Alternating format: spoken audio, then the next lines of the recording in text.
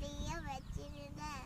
ம் கொஞ்சம் சின்ன மீனை வச்சிருந்தேன், பெரிய மீனை குழம்பு வச்சிருந்தேன். குழம்பு வச்சுன்னு நான் வந்து பார்த்தா என்னடா வீடு பார்த்துக்குதுன்னு நான் கண்டுபிடிப்பேன். ம் சரி சரியா? ம்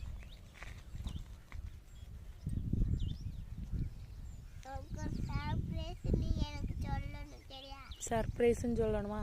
ஆமாம். சரி